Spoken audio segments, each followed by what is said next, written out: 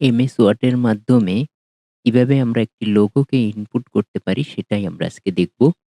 তো যার জন্য দেখুন আমার এখানে একটা লেখা আছে, এর সামনে আমি চাচ্ছি যে একটি লোগো এড করব এই স্কুলের নামে। তো দেখুন ইনসার্ট থেকে আমি পিকচার থেকে দেখেন ডিস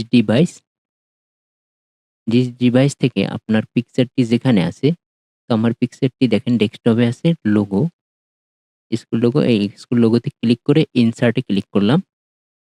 ইনসার্টে ক্লিক করার পরে দেখেন ওয়ার্প টেক্সট আছে।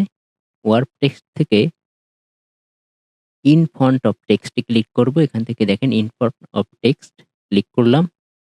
করার পরে এই কর্নারে মাউস দেখে চেপে ধরে টেনে ছোট করব। করার পরে দেখেন আমি মাউস থেকে টেনে নিয়ে আমার সেই নির্দিষ্ট বা কাঙ্ক্ষিত স্থানে আমি আমার লোগোটি স্থাপন করতেছি। আর এভাবেই কিন্তু এমএস ওয়ার্ডের মাধ্যমে কোনো লোগো বা ছবিকে আমরা খুব সহজেই ইনসার্ট করতে পারি। ধন্যবাদ।